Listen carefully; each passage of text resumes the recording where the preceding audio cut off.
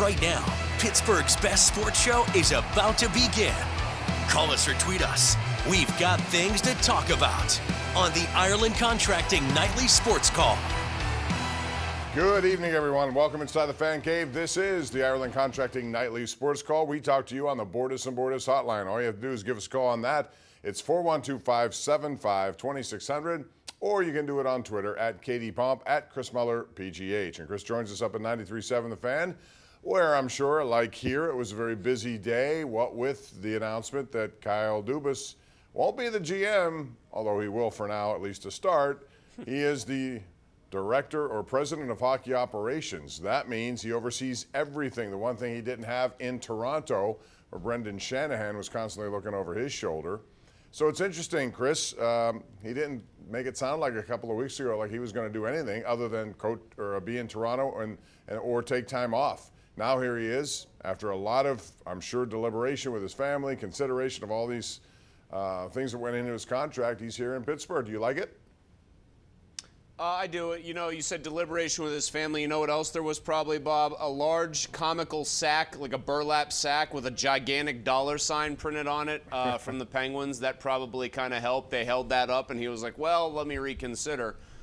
I give it an A-. I think he is obviously the best candidate out there as far as guy who would be in demand from the most clubs if he had actually sat out a year and waited until next year. The A- and not an A is his team's only won one playoff series. I know that's the first playoff series Toronto's won in 20 years, basically, but it's still only one of them. He built a good team. The team didn't get it done when it mattered the most. They just had good regular seasons.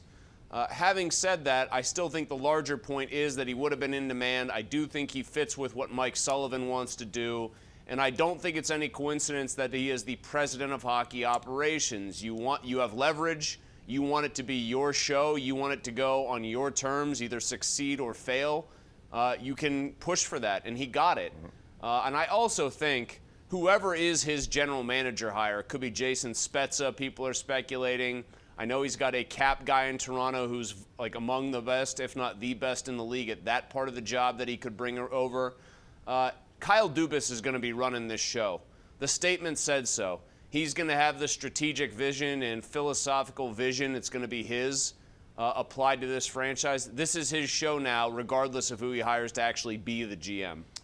Yeah, I agree with all of that. And I think he's certainly, when you look at all the other people, there are a lot of guys who don't have the track record he has. So obviously he has an advantage there. Although what you described is pretty much what the Penguins have gone through. Good regular seasons followed by disappointments in the playoffs. And I wonder about this vision for now. I know he's looking long term. He has to. That's part of this. But he also has to coexist and deal with short term. And he has some older players. He has some big contracts.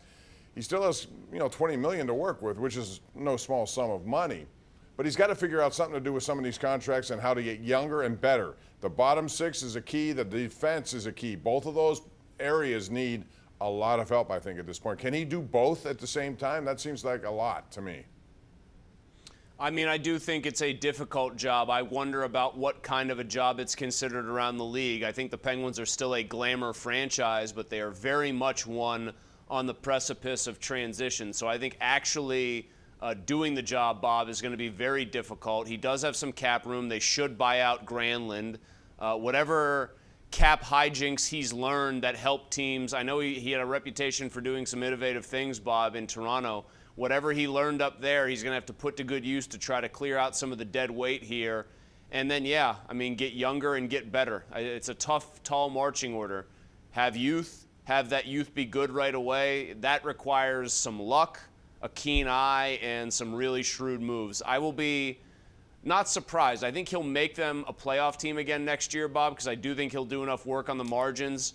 But he has to find the right goalie who gets red hot at the right time to make any kind of a significant run with next year's team. And that will be his biggest assignment right off the bat, what to do with Tristan Jarry. We'll talk about that. We'll take your phone calls also at 412-575-2600. Let us know what you think about Kyle, as one of the owners say, Dubas.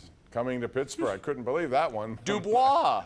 Kyle Dubois. Oh, my goodness. Anyway, he's here. We'll talk about it. Let us know what you think about that and anything else Steeler-related, Pirate-related, NBA-related, you name it. We'll talk about it right here on the Ireland Contracting Nightly Sports Call. Get those calls in right now. We'll be back in a flash.